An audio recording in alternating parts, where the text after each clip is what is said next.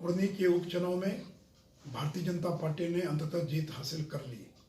इसके पहले हम गोपालगंज भी जीते थे और इस चुनाव के अंदर महागठबंधन ने पूरी ताकत लगा दी थी। लालू जी के नाम का भी उपयोग किया गया, उनकी किडनी ट्रांसप्लांट को भी मुद्दा बनाकर और इमोशनल कार्ड खेला गया। मुख्यमंत्री जी ने कई सभाएं की, मुख्यमंत्री के लिए प्रतिष्ठा का प्रश्न था, उसके बावजूद मुख्यमंत्री चुनाव हार गए, जबकि करोड़ों रुपया अंतिम रात में खर्च किया गया। मुख्यमंत्री जी, जिस तरह से आपने 2014 में लोकसभा चुनाव के बाद जब 2 सीट आपको आई थी, आपने इस्तीफा दे दिया था। इस चुनाव में करारी हार के बाद आपको इस्तीफा दे देना चाहिए। और आपका जो वोट है, अब आप उसके मालिक नहीं हैं, अब वोट अब आपका नहीं रहा। जो अति पिछड़ा वोट था वो पूरी तरह से भारतीय जनता पार्टी की ओर खिसक चुका है। और आप लोगों ने जो चाल चली थी कि मुकेश सहनी को खड़ा कराकर जो सहनी वोट में हम कार्ड पैदा करें और जो भूमियार वोट में, उसमें आपको सफलता नहीं मिली है। तो इसलिए आपकी जो सारे हथकंडे थे वो फेल कर गए। और उसमें मैं कुर्नी की जनता को इस जीत के लिए बधाई देता हूँ।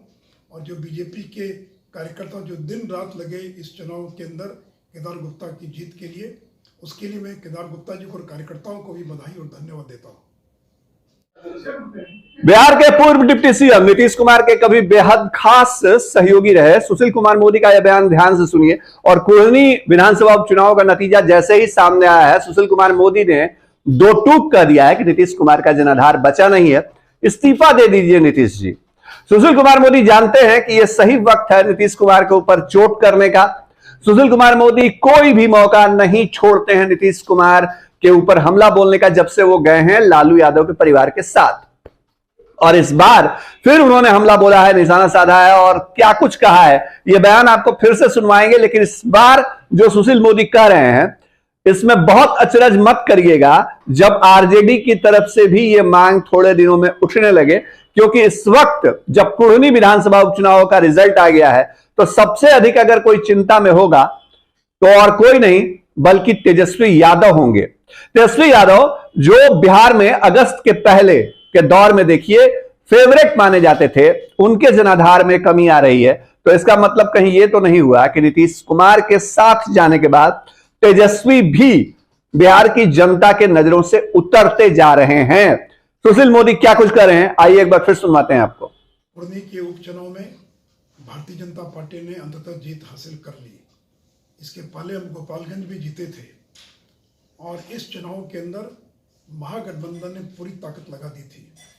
लालू जी के नाम का भी उपयोग किया गया, उनकी किडनी ट्रांसप्लांट को भी मुद्दा बनाकर और इमोशनल कार्ड खेला गया। मुख्यमंत्री जी ने कई सभाएं की, मुख्यमंत्री के लिए प्रतिष्ठा का प्रश्न था, उसके बावजूद मुख्यमंत्री चुनाव हार गए, जबकि करोड़ों रुपया अंतिम रात में खर्च किया गया। मुख्यमंत्री जी, जिस तरह से आपने 2014 में लोकसभा चुनाव के बाद जब 2 सीट आपको आई थी, आपने इस्तीफा दे दिया था। इस चुनाव में करारी हार के बाद आपको इस्तीफा दे देना चाहिए। और आपका जो वोट है, अब आप उसके मालिक नहीं हैं, अब वोट अब आपका नहीं रहा। जो अति पिछड़ा वोट था वो पूरी तरह से भारतीय जनता पार्टी की ओर खिसक चुका है। और आप लोगों ने जो चाल चली थी कि मुकेश सहनी को खड़ा कराकर जो सहनी वोट में हम कार्ड पैदा करें और जो भूमियार वोट में, उसमें आपको सफलता नहीं मिली है। तो इसलिए आपकी जो सारे हथकंडे थे वो फेल कर गए।